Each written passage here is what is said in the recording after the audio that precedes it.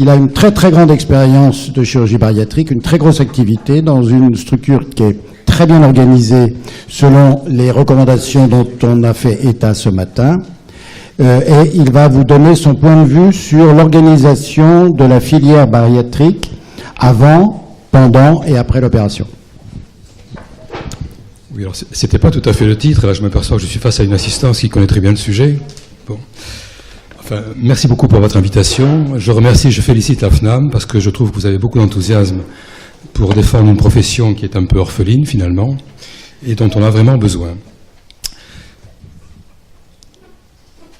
Alors, le parcours du malade bariatrique a été défini dans les recommandations de l'HAS de 2009 et pour l'essentiel, ces recommandations restent d'actualité aujourd'hui.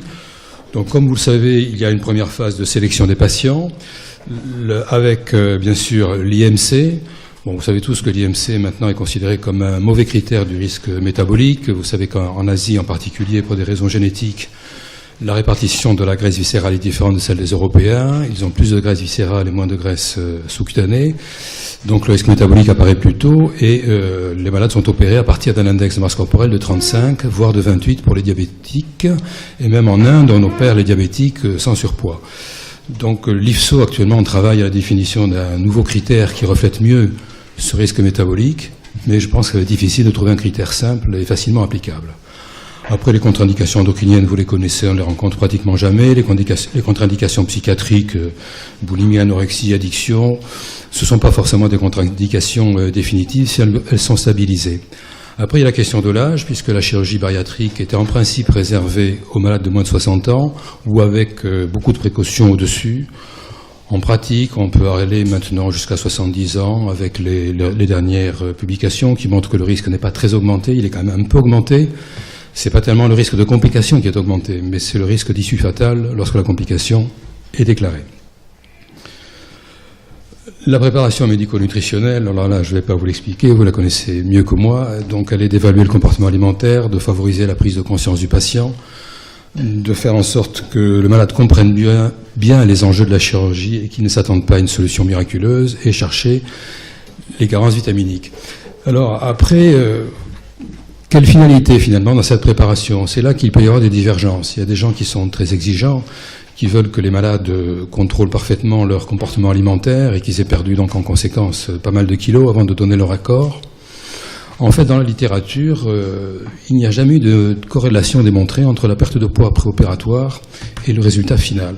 Donc, quelque part, la décision chirurgicale est aussi un peu un pari, parce qu'il y a beaucoup d'études psychométriques aussi qui ont montré que on ne pouvait pas prévoir, par ces tests psychométriques, ce que deviendrait le comportement alimentaire du malade après l'intervention. Et puis, en quelque sorte, ce serait demander aux psychologues et aux psychiatres de deviner l'avenir, parce que l'évaluation est faite à un instant T. On voit des malades qu'on opère qui ont un très bon résultat, et puis 5-6 ans après arrive un drame de la vie, un divorce, un chômage, une maladie chez un parent, et tout se décompense. Voilà. Donc, personnellement, on s'attache plus à faire en sorte que le malade ait fait quelques efforts pour contrôler le plus gros des écarts. On ne s'attache pas forcément à une perte pondérale importante. On veut surtout qu'il ait compris qu'il faudrait faire quelques efforts et qu'on n'était pas là pour lui proposer une solution miraculeuse. Après, il y a une recommandation qui est un peu problématique, c'est celle qui dit qu'il faut suivre les malades 6 mois. Parce que certains médecins contrôleurs commencent à se baser là-dessus pour refuser des ententes. En fait, les malades que l'on voit, ils sont rarement vierges de toute tentative d'amaigrissement. Ils ont déjà vu des diététiciennes, ils ont vu aussi des choses pas très orthodoxes, vous les connaissez toutes. Ils ont fait des séjours en établissement spécialisé. Il faut quand même tenir compte de ce passé. Et si un malade... n'a pas de trouble du comportement alimentaire important, a déjà été 3 fois dans un établissement spécialisé, c'est pas forcément la peine d'attendre 6 mois pour le préparer. Par contre, quelqu'un qui n'a vu personne et qui a des prises alimentaires de nature émotionnelle, forcément aura besoin d'une préparation plus longue. Donc on a parlé plusieurs fois de ce problème à la SOFCO, et peut-être qu'il serait plus judicieux de laisser en fait la durée de la préparation au libre jugement des médecins nutritionnistes. Après, bien sûr, il y a le bilan préopératoire. On fait des bilans très exhaustifs par rapport à ce qu'on fait dans les autres interventions chirurgicales de gravité comparable. Le bilan cardiologique comporte très souvent une échographie, des explorations des coronaires et des carotides dès qu'il y a du diabète ou des facteurs de risque. Les pneumologues font systématiquement des plethysmographies. L'apnée du sommeil est recherchée en fonction du score d'Epworth. Ensuite, il y a la fibroscopie et l'éradication de l'hélicobactère. Alors ça, c'est une spécificité un peu française. L'éradication de l'hélicobactère ne fait pas partie des recommandations européennes. Et puis aussi, on voit passer régulièrement des articles discutant l'utilité d'une fibroscopie. Enfin bon, en tout cas, aujourd'hui, il faut faire une fibroscopie et éradiquer l'hélicobactère, surtout si on veut faire un bypass. Et puis, bien sûr, il y a la consultation pré-anesthésique. Et enfin, il y a eu l'arrivée de la réunion pluridisciplinaire, ce qui pour les chirurgiens digestifs a été une nouveauté, mais une nouveauté utile, puisque nous venons, nous, de la pathologie gastro-entérologique et on ne connaissait rien aux maladies de la nutrition. Et grâce à ces réunions pluridisciplinaires, on a pu apprendre et devenir des autodidactes de la nutrition. Et puis, il faut aussi apprendre à travailler en groupe, hein, et ça... c'est pas forcément la qualité première des chirurgiens, vous le saviez mieux que moi. Donc ces réunions pluridisciplinaires ont le gros avantage de confronter les points de vue et les expériences, d'en tirer les leçons, et finalement d'arriver à une certaine unicité dans la vision des choses, dans la préparation des malades, parce que je pense qu'il n'y a rien de pire pour des patients qui sont ballottés entre plusieurs intervenants pendant plusieurs mois que d'entendre des discours différents. Donc c'est vraiment important que l'équipe soit unie autour d'une vision commune de la façon de procéder.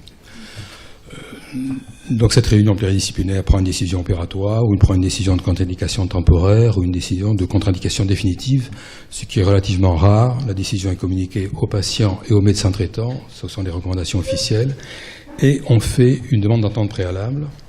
Alors cette demande d'entente préalable est une procédure un peu litigieuse, puisque la procédure, c'est que pas de réponse au bout de 15 jours équivaut à un accord. Mais après, on peut se battre sur les dates quand c'est refusé. Finalement, nous, on a opté pour la solution de faire envoyer le dossier par le malade, en recommandé avec accusé de réception. Et on n'opère pas le malade si on n'a pas l'accusé de réception. Parce qu'il y a des malades qui disent l'avoir envoyé, qui ne l'ont pas envoyé. Il y a des médecins conseils qui répondent un mois après. Enfin, et c'est un problème. Voilà. Donc le suivi post-opératoire, les recommandations, on en a parlé. Alors, bien sûr, c'est très difficile de mettre en œuvre ces recommandations, d'une part parce que les malades échappent, et d'autre part parce qu'il n'y a pas assez de médecins nutritionnistes pour nous aider à les surveiller. Donc les grandes discussions que l'on a, c'est est-ce qu'on doit maintenir ce suivi dans un centre pluridisciplinaire ou est-ce qu'on doit le confier aux médecins traitants? On en a déjà un peu parlé ce matin. Alors on vous l'a dit, les médecins traitants, ils n'ont pas plus de 4 ou 5 patients opérés dans leur clientèle. Ce n'est pas forcément une masse critique suffisante pour qu'ils se passionnent pour ça.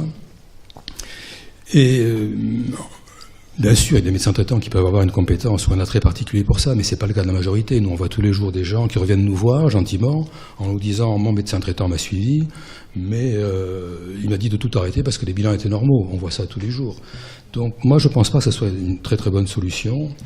Puis je pense que ce n'est pas très cohérent de dire que le maître mot de la préparation préopératoire, c'est la pluridisciplinarité, et d'abandonner ce principe dans les suites. Je crois que c'est très important de les surveiller. Beaucoup d'études ont montré que la qualité du résultat final dépendait aussi du nombre de consultations. Alors Philippe Mann m'avait demandé de vous relater notre expérience. Donc nous sommes 4 chirurgiens viscéraux, 3 font du bariatrique. On a commencé en 98 à faire des anneaux comme tout le monde, et depuis 2004, on est passé à la sleeve, au bypass et au duodenal switch, et l'an dernier, on a fait un peu plus de 1000 procédures. Donc vous imaginez que ça nous a posé quelques problèmes organisationnels pour respecter les recommandations chez tous ces patients. Alors dans une première étape, quand on a commencé, on a collaboré avec les endocrinologues et les psychiatres, parce que c'était des spécialistes qu'on avait sous la main, et que leur consultation était remboursée. Et puis, assez rapidement, on s'est aperçu que ce n'était pas satisfaisant, parce que, comme on l'a dit déjà ce matin, les endocrinologues, leur cœur de métier, c'est la thyroïde et le diabète, c'est pas de se pencher sur le comportement alimentaire des patients, et ça c'est quand même le plus important. Les psychiatres, alors les psychiatres libéraux, c'est merveilleux, ils ont tous trop de travail, c'est très difficile d'en trouver qui acceptent de venir travailler sur un centre dédié. Bien sûr, ils dépistent les contre-indications, mais eux aussi n'arrivent pas, pour la majorité, à s'investir dans une psychothérapie préopératoire chez les malades qui ont des comportements alimentaires très déstructurés. Donc petit à petit, nous avons introduit des médecins nutritionnistes, des diététiciens et des psychologues. Alors les médecins nutritionnistes, on l'a largement dit ce matin, il n'y en a pas. Dans votre annuaire de la FNAM, il y a 2 médecins nutritionnistes inscrits dans tout Midi-Pyrénées. Voilà, c'est quand même assez catastrophique. En plus, on l'a déjà dit, les consultations sont longues, un peu monotones, mal rétribuées. Même si on réforme le cursus universitaire, le métier, pour l'instant, n'est pas très attractif. Il faut vraiment prendre en compte la spécificité de ce travail qui est difficile. Et donc, je pense d'ailleurs que c'est pour ça que nous sommes là aujourd'hui. Alors, les diététiciens et les psychologues, là, c'est le problème inverse. Il y en a, mais ils ne sont pas remboursés. Et comme vous le savez, l'obésité, quand même, prédomine dans les catégories sociales les moins favorisées.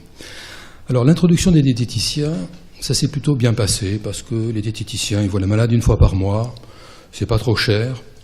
Les malades, de toute façon, ont déjà dépensé beaucoup plus d'argent avec des procédés beaucoup moins orthodoxes. Donc, ils l'acceptent assez bien. Le psychologue, c'est un peu plus difficile, parce que quand les malades ont vraiment besoin d'un suivi psychothérapique, les consultations doivent être plus fréquentes. Nos psychologues disent qu'il faudrait les voir tous les mois, toutes les semaines, ces malades. Et là, c'est vrai qu'il y a des malades qui arrêtent parce qu'ils n'ont pas les moyens financiers de suivre. Donc il y a un vrai problème, là, il y a un hiatus entre les recommandations de la HAS et l'attitude de la sécurité sociale. La solution qu'on a adoptée, c'est de développer la prise en charge en groupe. C'est-à-dire que les diététiciens et les psychologues prennent les malades en groupe de travail. Donc ils les font payer 10 ou 15 euros, c'est acceptable. Et puis de toute façon, dans la prise en charge de ces malades obèses, vous savez que, aussi bien que moi, que la prise en charge collective est très, très productive. Les malades adorent se revoir, nouer des liens, parler de leurs expériences ensemble. Donc c'est une approche qui est intéressante. Donc voilà ce qu'on a mis en place.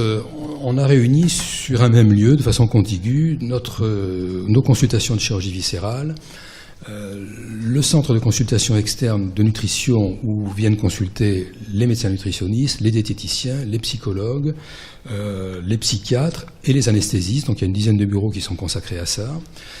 Les secrétariats sont unifiés et travaillent ensemble parce que c'est un énorme problème d'organisation, de coordonner tous ces patients pour pas qu'ils échappent, pour pas qu'ils traînent, pour que tout le cursus soit bien suivi. Et tous les dossiers, toutes les informations concernant le patient sont sur un support informatique commun, accessible à tous les intervenants.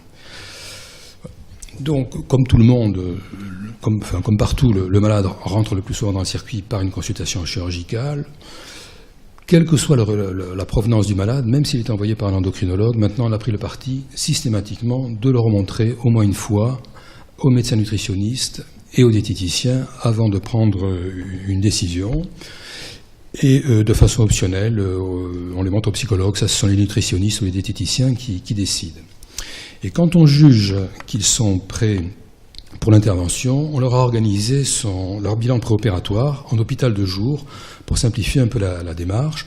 Donc on les fait venir une première fois pour la journée et ils voient le pneumologue, le cardiologue, le psychiatre s'ils n'ont pas déjà été suivis par la psychologue et l'anesthésiste dans la perspective de la fibroscopie. Et puis ils reviennent 8 jours après. Souvent ils revoient les cardiologues pour faire d'autres examens. On les montre au stomato parce qu'il faut quand même vérifier qu'ils ont une dentition en bon état et qu'ils pourront mastiquer la viande après l'intervention. On leur fait la fibroscopie gastrique et ils revoient l'anesthésiste qui, là, à ce moment-là, dispose de tous les documents des cardiologues et des pneumologues pour évaluer le risque opératoire. Après, le dossier est passé en RCP et il y a une dernière consultation chirurgicale où là, on prend la décision, on communique la décision au patient, qu'elle soit bonne ou mauvaise, et on choisit ensemble la technique chirurgicale et on envoie le dossier à la sécurité sociale. Alors, quelles sont les difficultés organisationnelles que nous rencontrons? Et ça sera là ma conclusion. La première, à l'évidence, c'est le manque de médecins nutritionnistes. Ça, c'est vraiment un problème qu'il va falloir résoudre parce que la file active augmente. Et un suivi de qualité ne pourra être réalisé que par des médecins nutritionnistes. Ensuite, c'est l'absence de remboursement des consultations des diététiciens et des psychologues parce que c'est un frein à la prise en charge de certains patients. De façon moins importante, c'est l'absence de remboursement pour le dosage de la vitamine B1 et B6. Ça, ce sont des carences qui ne sont pas très fréquentes. Elles surviennent en général après des phases de vomissement prolongées, mais leurs conséquences sont graves. Les séquelles neurologiques, vous le savez, ne sont pas forcément réversibles. Et puis, juste une dernière phrase qui peut faire l'objet de discussions ultérieures. quelques problèmes quand même sur la pertinence du contrôle médical de l'entente préalable. Je vous remercie.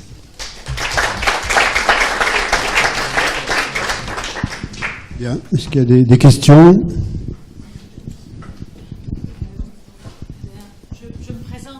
Rapidement, je suis Catherine Buffet, je suis de l'Académie nationale de médecine et comme vous l'a dit Madame Fagot, il y a une enquête coordonnée par Monsieur Jaffiol, Monsieur Judicelli sur le suivi à long terme de la chirurgie bariatrique. Donc votre exposé est tout à fait remarquable parce que c'est la vraie vie. C'est vrai, moi j'ai trouvé que c'était très intéressant. Alors simplement, le problème c'est qui doit suivre les patients. Alors les chirurgiens, vous avez dit que vous avez fait 1000 interventions en 2015, donc ça me paraît difficile. Le médecin généraliste peut-être, il est au cœur du suivi, théoriquement. Mais comme vous l'avez dit également, justement, il voit 4 à 5 chirurgies bariatriques dans sa clientèle. Alors, les médecins nutritionnistes, mais il n'y en a pas, enfin, on ne les trouve pas. Les endocrinologues, vous avez raison, ils s'intéressent à la thyroïde, ils s'intéressent au surrénal, mais probablement un petit nombre s'intéresse à l'obésité. Alors, pratiquement, quelles recommandations vous suggériez ? Les recommandations, je les ai données, mais nous, je pense que nous avons monopolisé à la clinique tous les nutritionnistes de Midi-Pyrénées, ou presque, quoi. Voilà. Enfin, on a 4 qui font 2 plein temps. Donc on arrive à suivre les malades. Mais comme je l'ai dit tout à l'heure, moi je pense que le cœur du métier dans la surveillance des patients, c'est quand même l'abord du comportement alimentaire. La plupart des reprises pondérales ne sont pas des échecs chirurgicaux, ce sont de nouveau des dérapages dans le comportement alimentaire. Après, la maîtrise des carences, c'est pas très difficile. N'importe qui peut l'apprendre et le maîtriser rapidement. Et c'est pour ça que je pense qu'il y a une vraie spécificité au métier de médecin nutritionniste. C'est parce que c'est plus près de la psychiatrie ou de la psychologie, à mon avis, que de l'endocrinologie. Enfin. Alors, vous n'avez plus le micro, donc c'est moi qui parle. Juste, je voulais revenir, et je reprendrai le micro, parce que vous avez dit, les médecins nutritionnistes, il n'y en a pas, et eux, ça fait partie des gens remboursés. Les diététiciennes, c'est accepté, même si c'est pas remboursé. Est-ce que vous savez combien un médecin nutritionniste, il est payé 23 €? Est-ce que vous savez combien de temps dure une consultation de nutrition? 3/4 d'heure à 1 heure pour une première fois et des suivis de 30 minutes. Une diététicienne prend 40 € sa consultation. Est-ce que vous trouvez ça normal d'avoir fait quelques 10 années d'études et d'être payé 23 € pour une consultation de 30 minutes? Je croyais avoir dit que c'était pas assez et que ça durait longtemps et que c'était pas toujours très passionnant et très répétitif. Alors, en province, comme vous dites à Paris, les diététiciennes ne prennent pas 40 € de la consultation. Elles prennent 25 € et elles font beaucoup de réunions de groupe.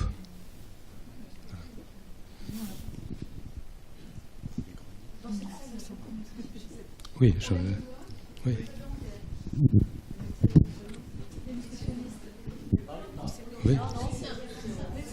Oui. Oui, je m'en étais aperçu, oui. Toute la France, tous les médecins nutritionnistes de France sont là. Non, mais si nous ne surveillions pas nous-mêmes les patients, c'est pas tellement par un manque de temps, c'est surtout par un manque de compétences. Nous ne sommes pas compétents pour discuter avec les malades de leur comportement alimentaire.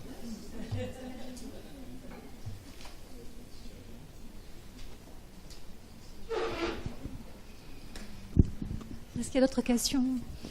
Profitons du docteur Anduze.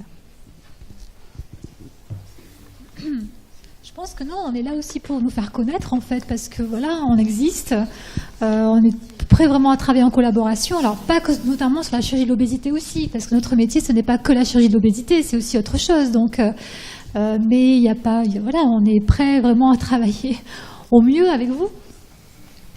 Mais dans notre centre, nous ne prenons pas uniquement en charge les malades destinés à la chirurgie, bien sûr. Oui. Oui, bien sûr, Corinne Golnière. Région PACA.